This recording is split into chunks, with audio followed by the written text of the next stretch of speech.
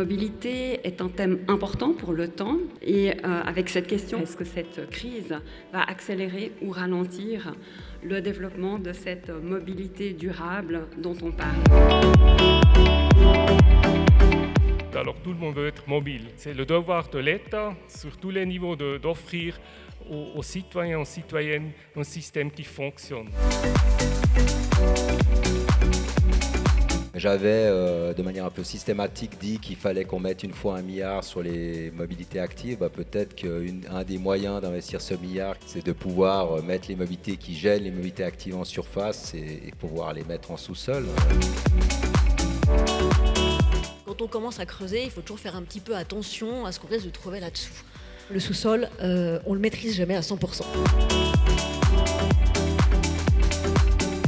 On est tous coincés souvent derrière des camions sur l'autoroute. L'idée de ce projet, finalement, c'est de délester au mieux nos routes, dont on estime que c'est peut-être mieux de laisser l'humain en surface et de transporter les marchandises dans le sous-sol. Une capacité de déplacement insuffisante ou insatisfaisante avec un système congestionné, finalement, elle ne sert pas du tout les intérêts du monde économique. On voit qu'il y a aujourd'hui à Genève 90 000 places de stationnement à disposition sur le lieu de travail. Plus de la moitié des utilisateurs de ces places en bénéficient gratuitement.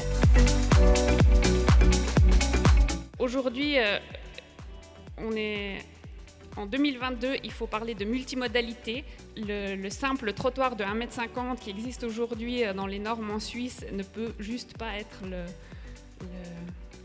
le maximum qu'on peut espérer en termes de qualité de vie en ville. L'objectif des transports publics, c'est pas de donner une réponse individuelle, mais c'est bien de concevoir le système comme un service de mobilité qui offre les performances maximales à l'échelle d'une grande région, à l'échelle d'une agglomération. Les TPG sont capables d'embarquer 800 000 personnes par jour. Aujourd'hui, moi, je ne peux pas me passer de la voiture.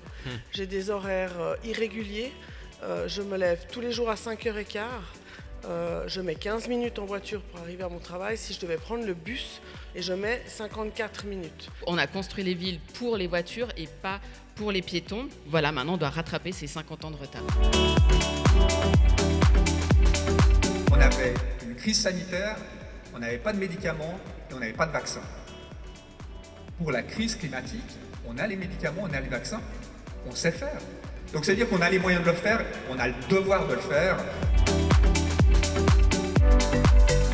Alors c'est vrai qu'on oppose ensuite souvent, une première chose c'est le train et l'avion, ce qui de nouveau est, à mon sens, est un non-débat parce que c'est complètement complémentaire.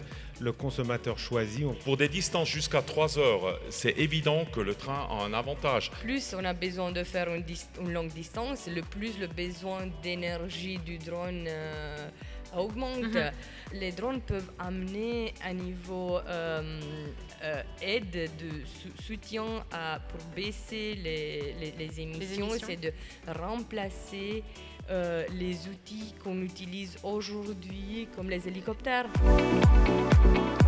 Je considère la mobilité verticale comme une innovation fondamentale en matière de nouvelles technologies de transport parce qu'elle fait le lien entre plusieurs voies technologiques différentes. Parce que j'utilise alternativement chacune de toutes les manières de se déplacer qu'on a vues.